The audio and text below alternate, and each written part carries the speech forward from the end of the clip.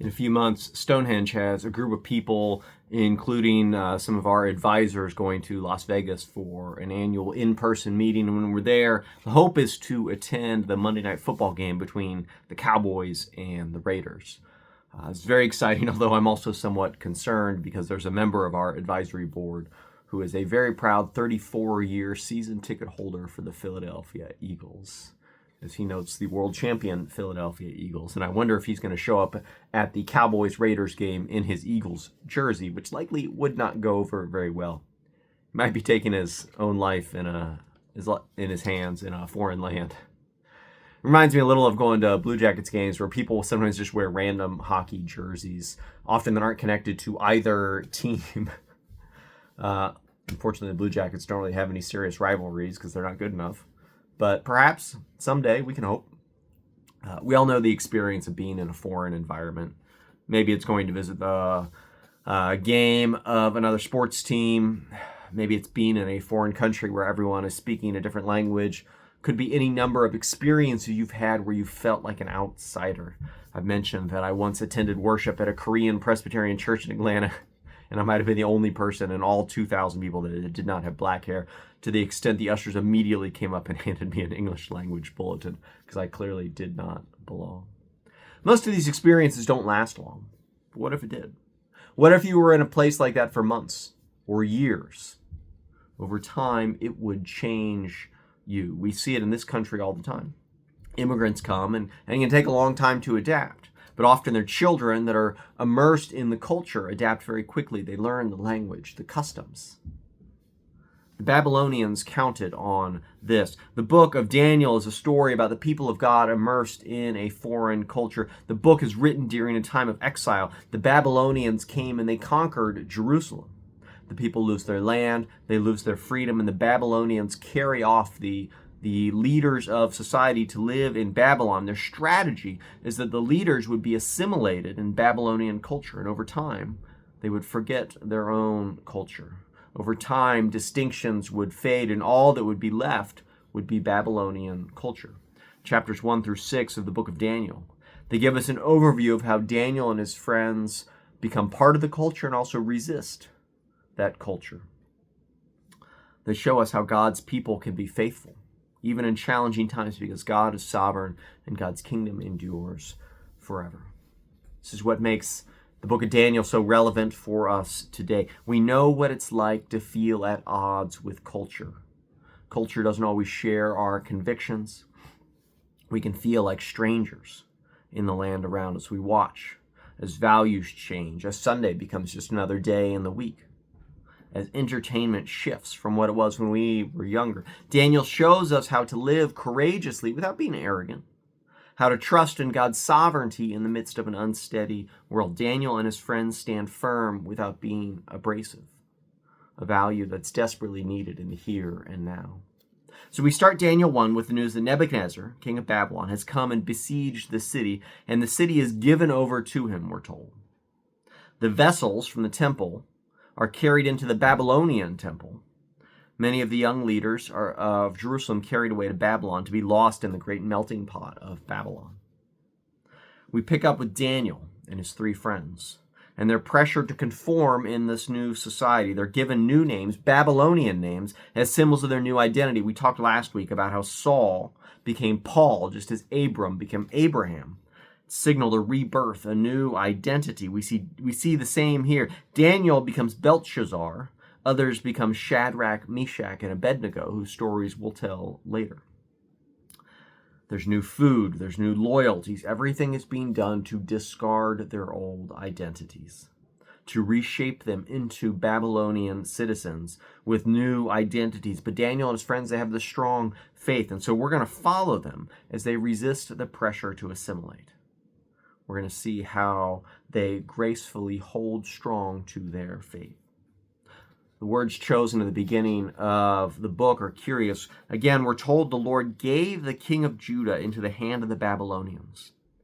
In other words, God allowed the people in the land to be conquered. It's a catastrophe. Remember how strong the promise of the land was, how it kept the people going, propelling them through 40 years in the wilderness. They had their eyes and their hearts set on the promised land. And yet here, it is being taken from them.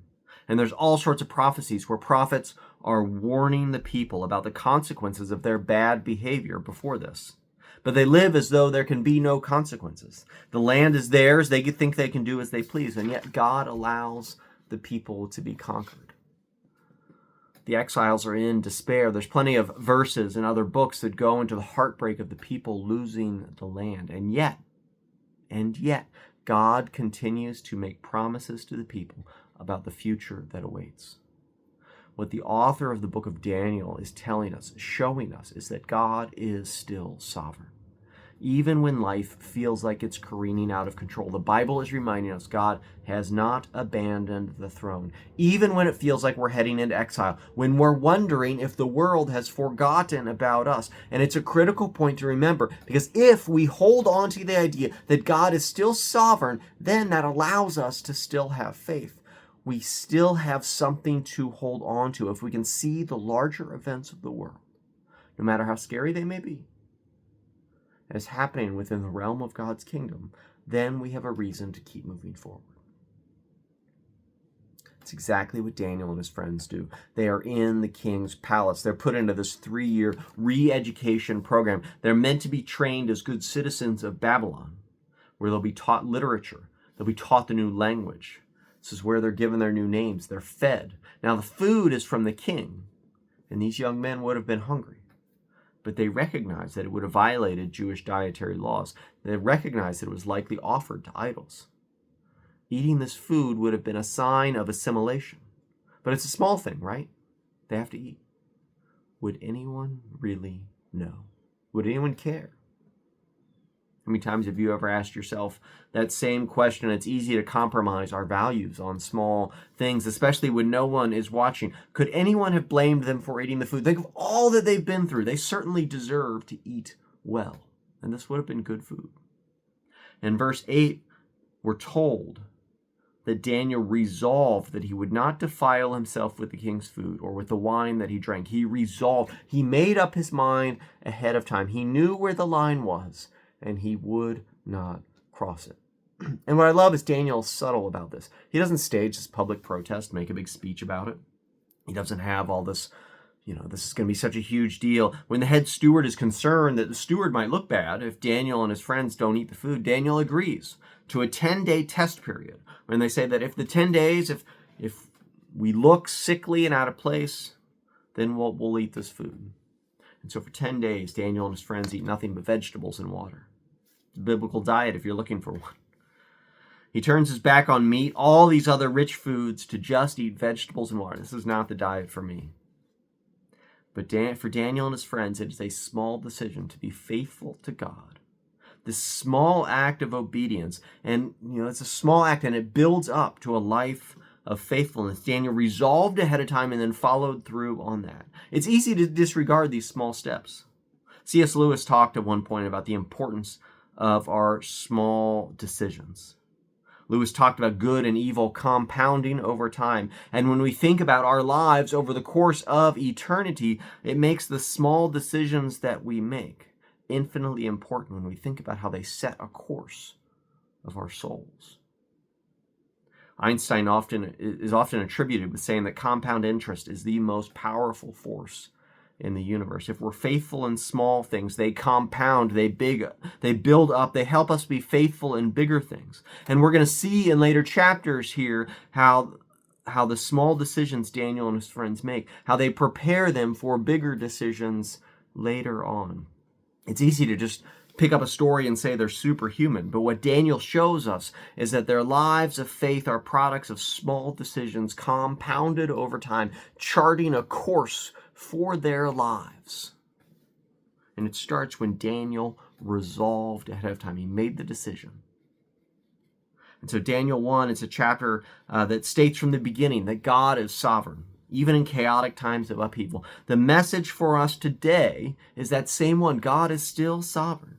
Just because culture is changing around us, often leaving us uncomfortable, uncertain about our own futures, about the future of the church, we trust, just like the Israelites could, that God is still on the the throne. The Old Testament weaves stories of triumph and heartbreak, and the thread of God's faithfulness runs through it all. And that allows us to be hopeful today, even as culture continues to change. The challenge to us in the midst of that is to make small decisions of obedience every day. How can you choose grace and selfless love in today's culture? Today's culture prizes independence, finding your own truth, but in the midst of such a time and place, how can you choose to value relationships, to trust God's truth? What's it look like for you to do that every time, to resolve ahead of time, day after day, to make small choices of faithfulness, of obedience, and let that build itself up? It's why just a few minutes in Scripture every day, it builds. It builds. Prayer starts small. It builds. You set a course, and then it multiplies over days, over weeks, over years, over eternity as we let God build us into the type of people that God is calling us to be. Daniel and his friends, they're rewarded for their faithfulness to God. God showers them with wisdom and skill. Daniel is given a gift for interpreting dreams. We're told that these men were 10 times better than any others in the kingdoms. God is at work in them and through them, just like God is at work now.